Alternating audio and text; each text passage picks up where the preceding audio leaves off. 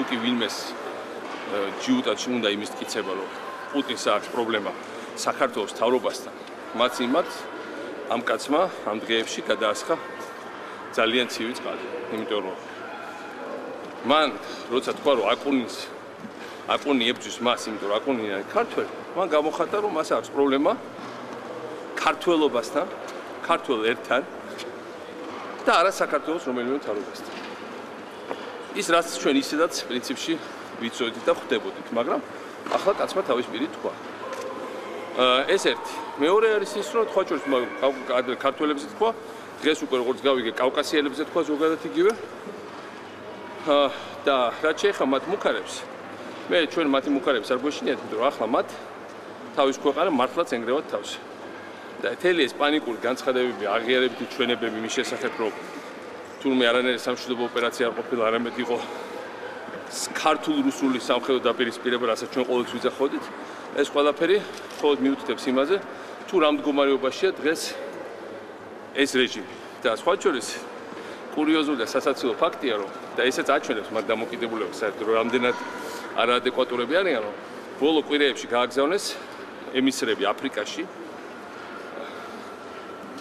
და პირდებიან რამდენიმე ასეულ მილიონს აფრიკულ ქვეყნებს და მათ შორის ჯიბეს ჩადებას კონკრეტულ ჩინოვნიკებს თავაზობენ, კონკრეტულ მთავრობების წარმომადგენლებს თავაზობენ ჯერჯერობით მილიონებს ჯიბეში, ათობით მილიონებს ქთამის სახით, თუ ისინი აღიარებენ ჩვენ ოკუპირებულ ტერიტორიებს, როგორც დამოუკიდებელ სახელმწიფოებს.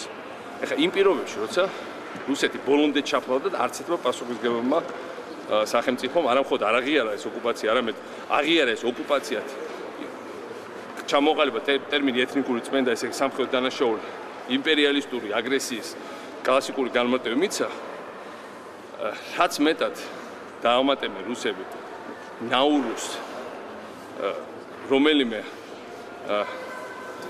ამ კორუფციაზე წამსვლელი, მაგალითად აფრიკული ქვეყნის აღიარებას მით უფრო სასაცილოდ გამოჩნდება და უბადრუკად რუსული დიპლომატიის ცელობა და სრულიად საწინააღმდეგო შედეგს მიიღებს. მით უფრო ჩქარა დავიბრუნებ ჩვენ ტერიტორიებზე კონტროლს, ეს არის ჩემთვის დღესავით ნათელი, მაგრამ ეს მიუთითებს რა მდგომარეობაშია დღევანდელი რუსეთი. და რა მდგომარეობამდე მიიყვანა მისმა აბსოლუტურად ჩიხურმა პოლიტიკამ. ამიტომ ჩვენ შეგვიძლია მშვიდად ვიყოთ, ჩვენ გავაგრძელოთ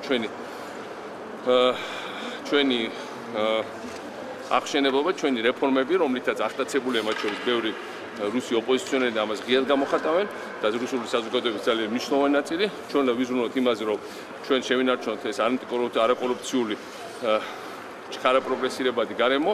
კიდევ მეტი ხალხი გამოიყვანოთ გაჭიროებიდან, კიდევ ახალი ბევრი პროექტი განმოვიცაროთ და დაველოდოთ იმას, რაც მოხდება. ჩვენ ნამდვილად არ გვინდა ამ იმის ნაწილი ვიყოთ მათი შიდა პოლიტიკის.